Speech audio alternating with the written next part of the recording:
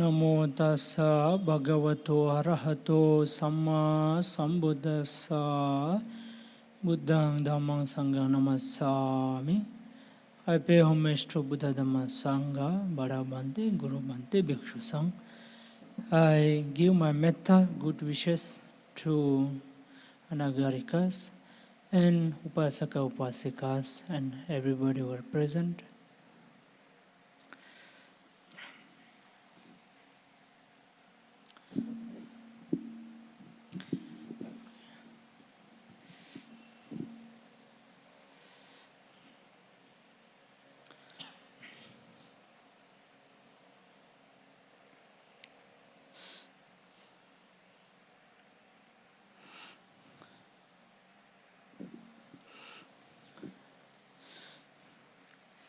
So, it is time to listen to few words of Dhamma, the teachings of the Buddha,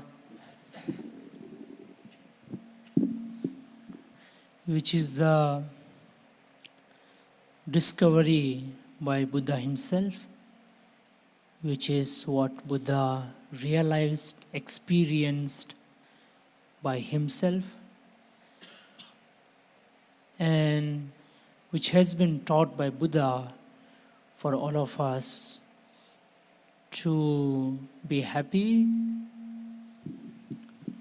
and to be free from suffering. And as I said, it is a discovery experience of the Buddha. So it is something that works with our mind. Very important aspect in Buddhism is the mind. How do we see our mind? How do we see our feelings?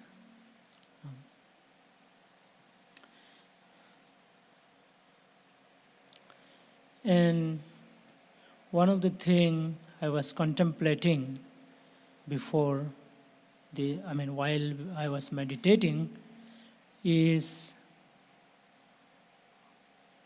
how can we be at ease, in any kind of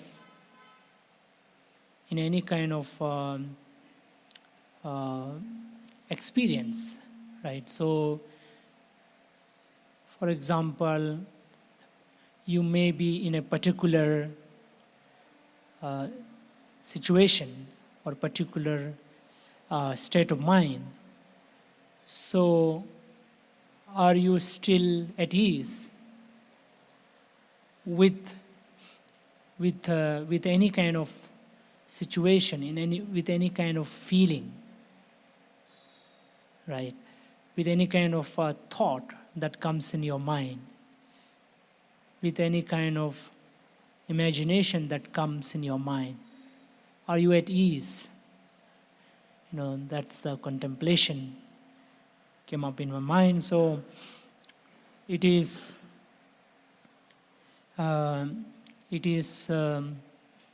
also a practice where we feel at ease at all time,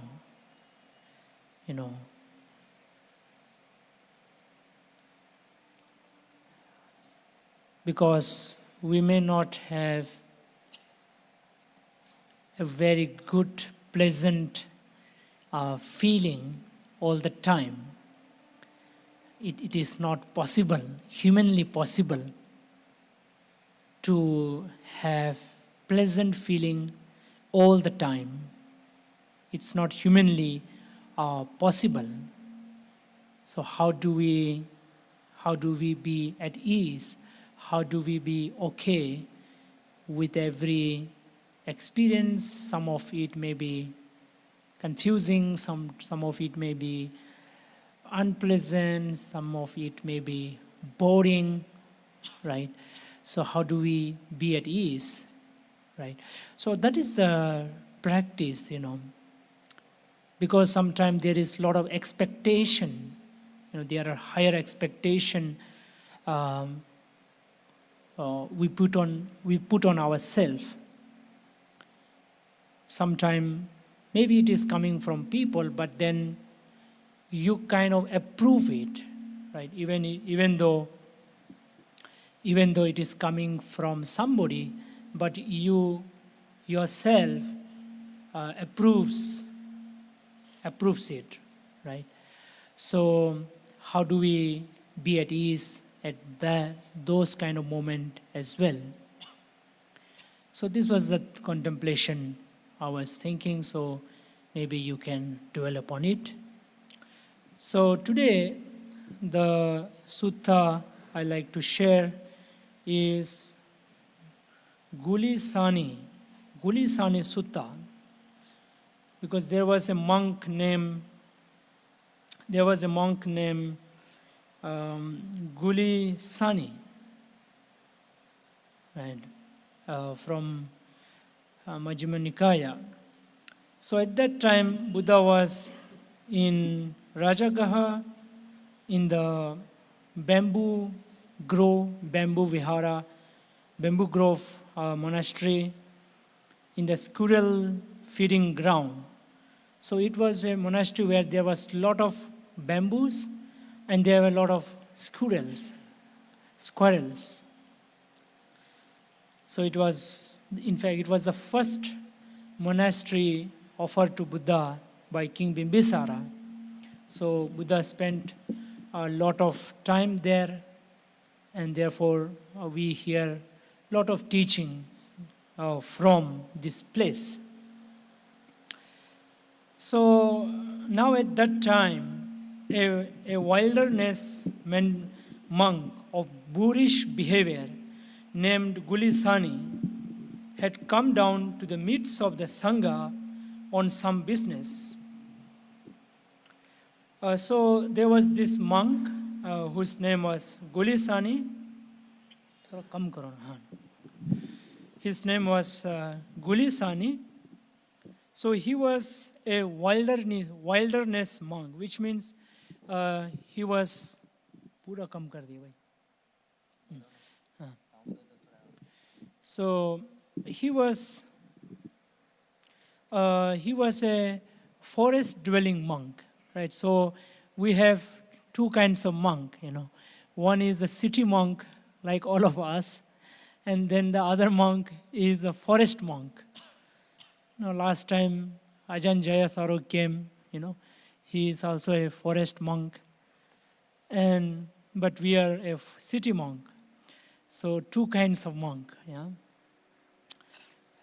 So this monk, he was very rough, he was very rough and tough, not rough and tough, rough behavior. His behavior was not so good, right? So many monks in the monastery, they were not happy with his behavior. Now, this sutra is more for a monk. It is given for the monk, but all of you as a lay people can also take some wisdom, from this sutta. It is not necessarily given to lay people for a monk, but you can still take some lesson. In fact, most of the suttas teachings were given to the monk, because obviously Buddha was with the monk, and lay people, you come once in a week to the monastery, and that too not always, right? So obviously it must have been the same case in the time of Buddha as well, right? So that's why Buddha always gives the teaching to the monk, right? But then you can still take some teaching from this sutra as well, right? Okay, so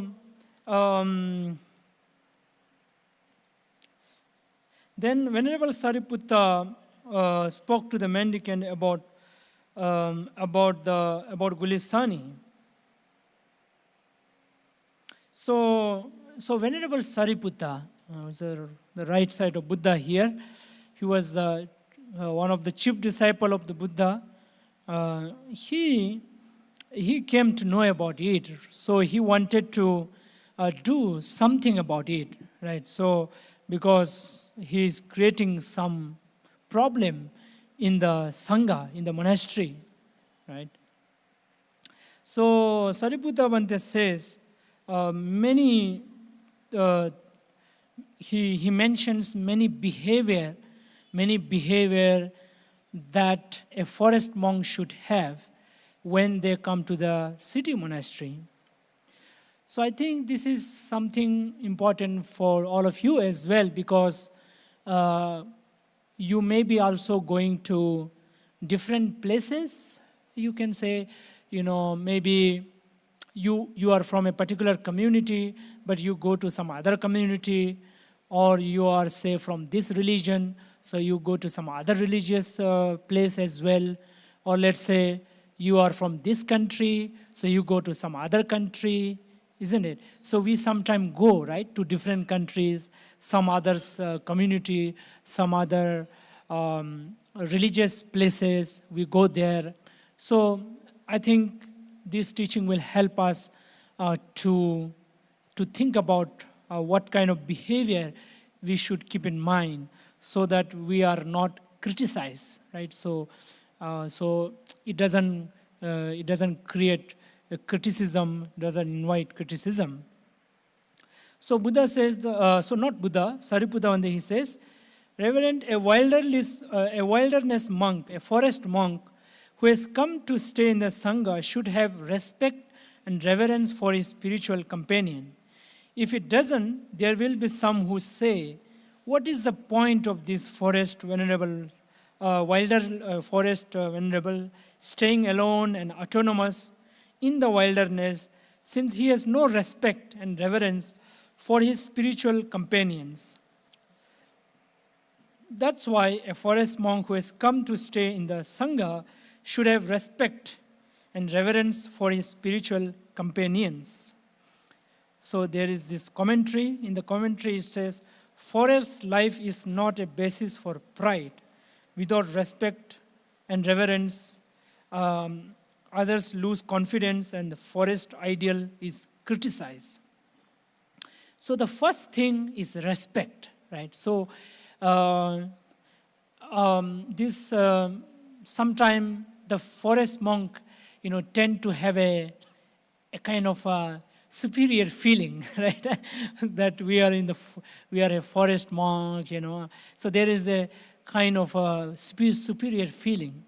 Even Ajahn Jayasaro speaks sometime in one of his video that they tend to have sometimes superior feeling.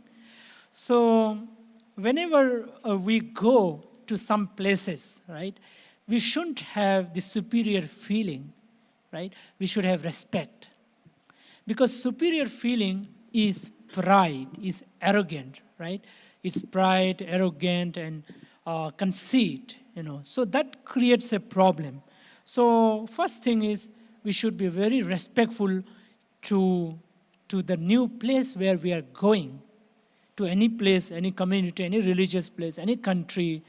So we should have respect, So if you don't have respect, then people won't have kind of trust in us, or they have any kinds of confidence in us. So respect is very important, because then they will criticize what is the point, what is the point of staying in the forest alone. So generally forest, the monks, they stay alone, they meditate and stay alone. But they should have respect, when they come to the monastery. So it is something very important, because it helps us to come out of pride, ego, so whenever we have to be very respectful, and so that we can respect in terms of physically, for example, one of the thing the monks they do is they bow down to the senior, right? So there is senior, so they bow down, and so that's a way to kind of cut your ego, cut your pride. So that help us, right? So we can be quite. You can also do that. Maybe some elders in your family, you can just pay respect, be respectful like that.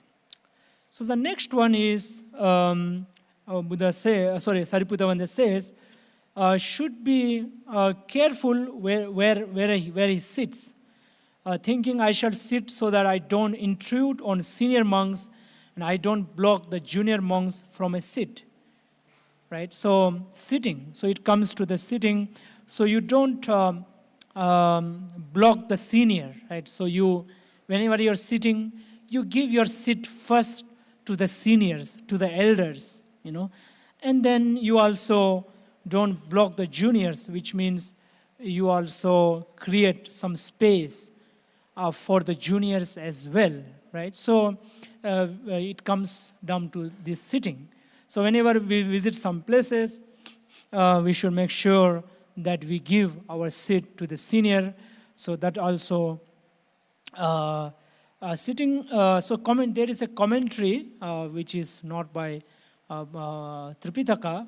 Skills in sitting is part of refined deportment, achara. It protects communal harmony and reflects inner training, not roughness. So sitting is one kind of achara, one kind of behavior. So it creates harmony, right? So when you give your seat to some seniors, elders, so then there is some harmony, right? There is no confusion, there is respect, there is harmony. That is the second one. Then the third one is a forest monk who has come to stay in the Sangha should know even the supplementary regulation. So there are certain supplementary regulation, which means there are, so as a monk, there are a lot of rules for the monks. So there are some major rules, minor rules, and there are certain additional rules, very small rules. So they should be aware of that as well, like you can say minor rules, So the monks, they have, say, rules which is some smaller rules about, for example, while you're eating, right, you're not supposed to make sound, like say drinking tea, like making sound or eating. So you shouldn't make so much sound, right? So things like that. Those are very small thing. You may say small thing, but monks are expected to have such kind of rules. So sitting and walking. So the monks have to have a very particular about all different rules and regulations, right? So it's a training, right? It's not about just rule, but it's training yourself, right? It's training your mind through physical activity, right? So that is the meaning behind. So they should have that, especially the forest monk, because when it comes to forest monk, there is some more expectation, right, from everyone, not just monk from the city, but monks, people as well, right? So there is certain expectation as well, right? Not just as a forest monk, but even as a city monk as well. So what I would say for you, for all of you who are not monk, lay people, is that I would say to know certain, let's say, cultural, certain culture, right? So you go to, let's say, you go to another state of India, north or northeast, so there will be different culture, You go to some other country, go to Europe, go to some Asian country, they will have some culture, right? So it's good to know some culture, right? When we go to some other countries, some other state, it's better to, or maybe some other community or some religious places, we should have, in these days we have internet, right? So we can know, we can find out some cultural thing that are practiced, So certain things which are very much shocking for us here may not be so much there, or something which is shocking there may not be here. So you have to have some knowledge about other culture as well, I would say. Even the smaller thing, right? So then comes a wilder monk who has come to stay in the Sangha should know even the, this I have spoken. So commentary. These are minor training rules and proper procedures. Neglecting them makes one appear untrained and becomes a cause for criticism, decline, and confidence. So, so if you don't know some of these things, then you would appear not so trained, right? So then comes a wilder monk who has come to stay in the Sangha shouldn't enter the village too early or too late in the day. So why? There is a commentary. So as a monk, whenever we enter a village or city, we don't go too early, let's say in the early morning when it's dark, or we don't go too late, when it is dark. So generally monks, they go to, on particular time, right? So the monks cannot go any time, especially in the night time, right? So what it says is your timing, right? So whenever you go any places, you keep in mind of the time, right? Because the time also has some impact on your, maybe let's say there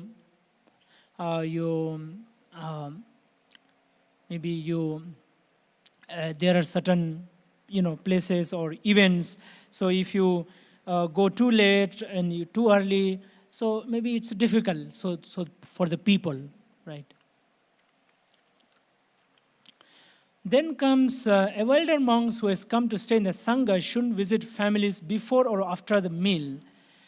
So the commentary, it says, frequent visiting creates familiarity and attachment, disturbs offering schedule, and brings blame. Okay, so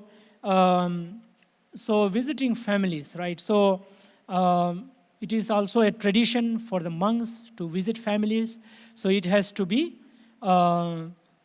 it should be during the meal time, right?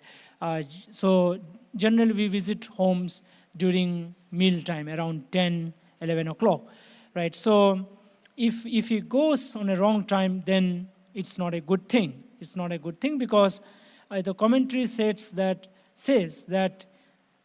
if you go in any time, then you can become attached to the people. So as a monk, you shouldn't have attachment to people as well, right? Even though they may be your devotees or followers, right?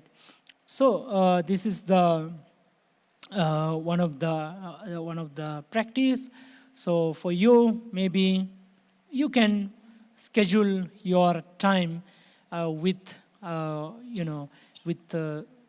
your friends and family members at the meal time, maybe at the dinner time, so you can, so that it doesn't kind of disturb them, So I think that's something we can, we cannot just kind of invade, or create problems. So again, it's a timing, but more, I think, around the meal time. So it's a particular, you can see, when you are eating, that is the time there is some bonding happening, right? So food is one of the bonding, part in a society, very important. So maybe you can create like that. Okay, then comes a wilder monk who has come to Sangha, a forest monk who has come to stay in the Sangha shouldn't be restless and fickle. Shouldn't be restless and fickle. So it is very, very obvious, right? So you shouldn't be restless in the sense sometimes you are talking too fast, or you are going here, going there, you are creating some kind of a problem, running here, running there, jumping here, or some kind of like this, you might have seen some people, right? Like this, and just creating some, being restless. In simple, you can understand, right? You are not calm. You are somehow very restless, fickle. So it is something not a good thing, because others also becomes restless seeing you, right? So you are not just creating a restless in your mind, but you are at the same time creating a restlessness in others as well, right? So you're just calm when you go to some other places.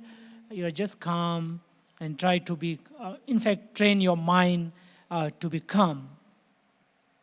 Then comes a wilderness monk who has come to stay in the Sangha shouldn't be scrupulous and loose tongue. Right? Harsh joke, so commentary, harsh joking, careless talking, unrefined speech show lack of restraint and harm communal respect. So now this is the speech, right? So when we are in a community, when we visit some places,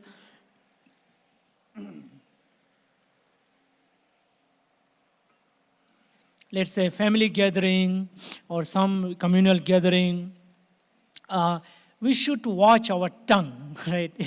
We should watch our tongue. We shouldn't talk too much, in the sense we shouldn't talk nonsense, and create some kind of a problem, create some kind of disharmony, create some kind of hatred, anger, unpleasantness. So our tongue is a very powerful, right? It can create problem. And we hear a lot, during some family gathering. In fact, one couple who once came to me, and the lady, she was complaining, my husband, he just say something to a random thing about me in the midst of the family gathering. So she was not at all happy, and she was complaining, right? So during family gathering, we should make sure that we talk good about each other as much as possible, right?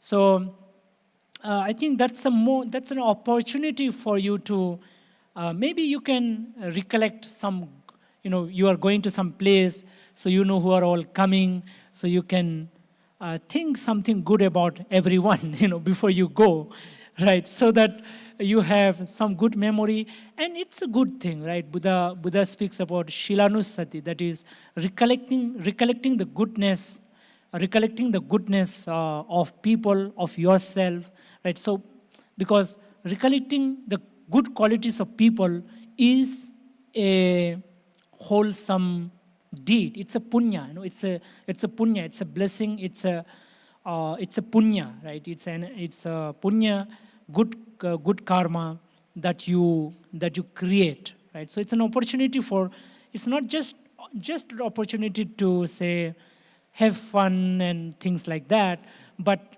okay, you can have fun, but it's an opportunity also to create some goodness, right? So you can recollect some good thing about those people.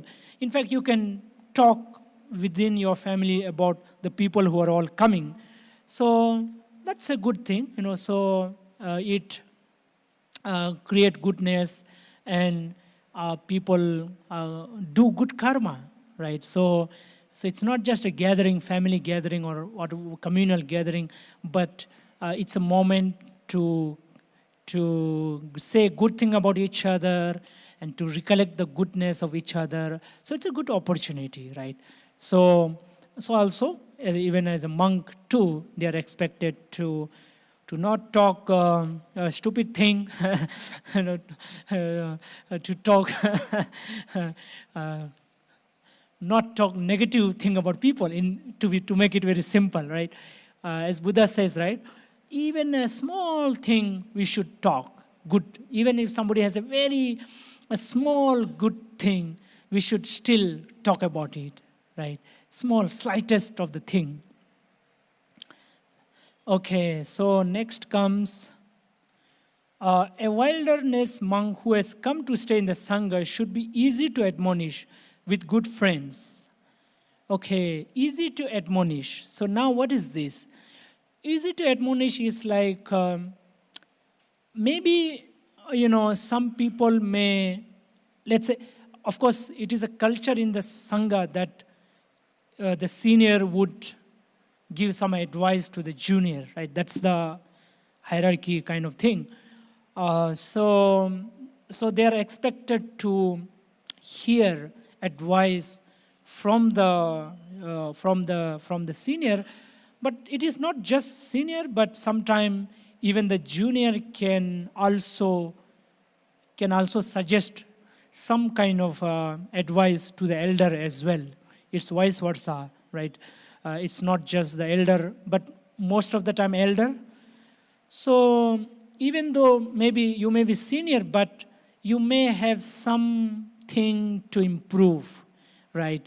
It's not like just because you're senior, elder, aged, or maybe you're a very long time as a monk, doesn't necessarily means that you don't have something to improve, right?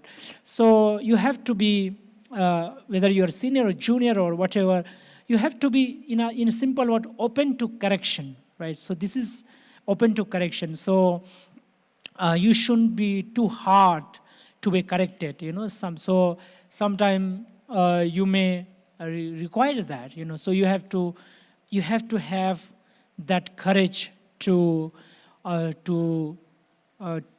accept some of your, say, mistake or whatever, right?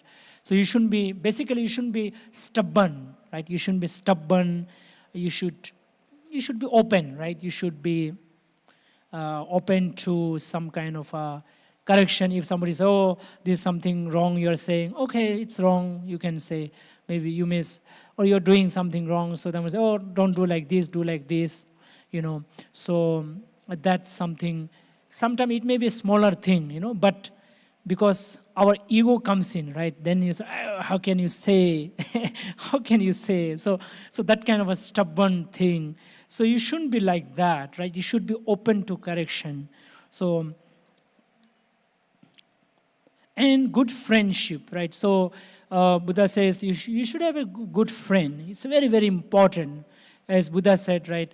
As the full of spirituality depends on good friendship, right? So if you don't have good company, good friend, then your life is going to go really wrong, right? In one place, Buddha said, if you don't find a good friend, it's better to be alone also, right? So you have to really have a good friend, right? If you have a bad friend, then your life is just going to go wrong, go down.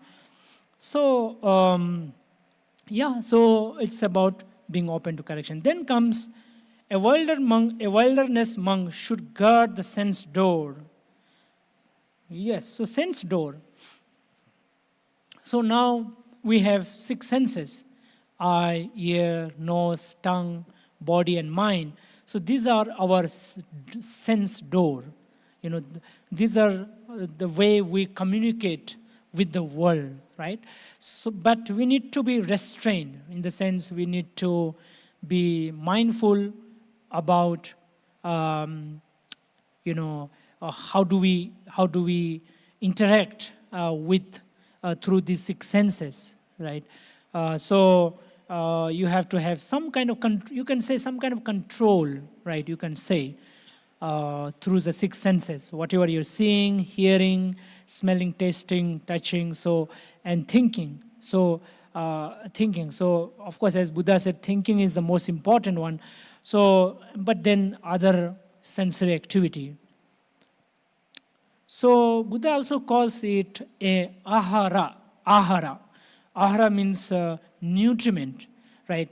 So just like the kind of food you take that creates your body, right? In the same way, whatever things you are consuming through the six senses, whatever you're seeing, whatever you're hearing, smelling, tasting, and touching, and thinking, that creates you, right? That creates your mind, that creates you as an individual, right? So therefore, we have to be mindful and basically be more control of our sensory activity.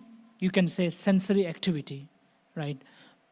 So that's something very important, because otherwise it can, if you are indulging in some very unhealthy kind of sensory activity, and that will make you unhealthy. Your mind, not only mind, but the body both make unhealthy. I'll not go much detail because there are so many things here. Then comes moderation in food, right? A wilderness monk, a forest monk should eat in moderation. If it doesn't, there will be some who say the same thing, right? So moderation in food, the commentary, supports lightness, wakefulness, energy. Excess leads to heaviness, drowsiness, and craving. So now this is the moderation in food. So it means you don't overeat, right? At a time, you don't overeat, right? Because if you overeat, what happens? You feel heavy, you feel drowsy, and then your craving for food becomes more and more. So your craving increases, right? If you eat in moderate, then what happens? You feel light and you feel more wakeful, means you are more active and energetic, right? So you can eat, of course, but in moderation, right? Not fully eating or too much eating. Somehow, somewhere around, 80, 90% or so, whatever. So whatever you feel as moderation, according to your body type or your bodily need. It cannot be same for everyone. So it's a very important one, of course, for monk, but as well as for lay people as well. Then comes wakefulness. Wakefulness, and why you have to be wakefulness? Not indulging in sleep, proper use of time for walking, sitting, mindful to rest. So wakefulness means you don't oversleep, right? Too much sleep, it creates a problem. Your time is gone, and you are wasting your time, and then your mind, you are maybe inactive. So not overindulging in sleep. So you have to make sure that you don't oversleep, right? Oversleeping is really a wrong thing. So of course for the monk. Then comes energy. Energy in the sense you can say what we call the hardworking, right? What we call in modern word hardworking. So you are hardworking, you are putting forth effort, right? Of course, for the monk, it means to abandon unwholesomeness from the mind, greed, hatred, ignorance, and to develop mindfulness and morality and concentration and all the goodness in the mind, kindness, compassion, and clarity, all of that in the mind, right? So you make an effort to sitting meditation, walking meditation, for a monk, and as a lay people in your own life, you have to be hardworking. You should put effort. One of the things Buddha says in one place is that sometimes we say, oh, it's too early, oh, it's too late, oh, it's too cold, oh, it's too hot, right? So you have all these basically excuses, right? So you have all these excuses. Oh, I am too full, I've eaten too full, so I'm like, so you never, you're never ready for the work, right? You find some or other thing to not work, right? To find some excuses, right? So hardworking is very important. Hardworking, right? So then comes mindfulness. So mindfulness, what is mindfulness, right? So it is mostly into, say, you are practicing meditation. It's a meditation, basically. You can be mindful all the time, but giving some time for meditation as well. So today we did meditation. As a lay people, minimum you must give 1 hour in a day, right? Half an hour morning, half an hour evening, or if not, at least 1 hour at a stretch. So you have to give some time for meditation, right? Mind which develops mindfulness within you, awareness within you. Awareness of what? Awareness of your body, your feelings, your thoughts, your emotions, your likes and dislikes. And it creates that awareness. And not only awareness, but it also settles down all kinds of confusion, all kinds of unclarity in the mind, right? So the mind becomes more peaceful, and there is clarity. So it is very much required. It's like giving rest to the mind as well, right? So otherwise you have too many things, you are over busy, and that can create a lot of problems. So some meditation is really helpful on a regular basis, on a day-to-day basis. And of course for a monk, that is also, for a monk it requires even more. And then finally it is a samadhi. So they should have a samadhi. Samadhi is like a deeper settlement of mind, like different jhanas, where you can be in that meditation for hours together, right? You are in the deep state of samadhi, deep state of meditative experience, where you don't feel the normal world, but you are in a deep state of mind, calming down and working with your deeper mind and developing your mind. Then wisdom. Wisdom is what? Practical. Wisdom here is practical discernment, understanding the path, danger, remedies, and the nature of phenomena. So wisdom here is understanding different aspects of our practice, understanding our own life, our own experiences, our own practice, everything. So effort in teaching and training. Then, so you have to have some effort in teaching and training. So in the Dharma, so you have to maybe, as a monk, of course, they should know Dharma and train themselves. As a lay people, you can also train yourself in the Dharma and, educate yourself in whatever is required. Basically, keep yourself educating about Dharma, and not just Dharma, but whatever field you are in, right? And keep your upskilling yourself. This is the latest word, right? Upskilling. So training is too old a word, right? So upskilling. So basically, you are keep yourself training, the practical training in your life, whether it is your professional one or any other aspect of your life. So basically, educating yourself. These days, a lot of good books are available, not just spiritual book, but other books as well, right? So you have to have that, right? So that you are well informed of whatever is required. Then formless, peaceful liberation. So it's like a very higher meditative experience, and also the superhuman state, lokuttara. So which means different enlightenment state. So we should be, moving as a lay people, maybe you can say, to achieve different goals in your life, right? You can have different goals in your life and try to achieve that, right? But as a monk, we have our goal as enlightenment. Of course, it is same with you as well, but for monks, it is the only goal, right? For lay people, it is one of the goal apart from your own goal.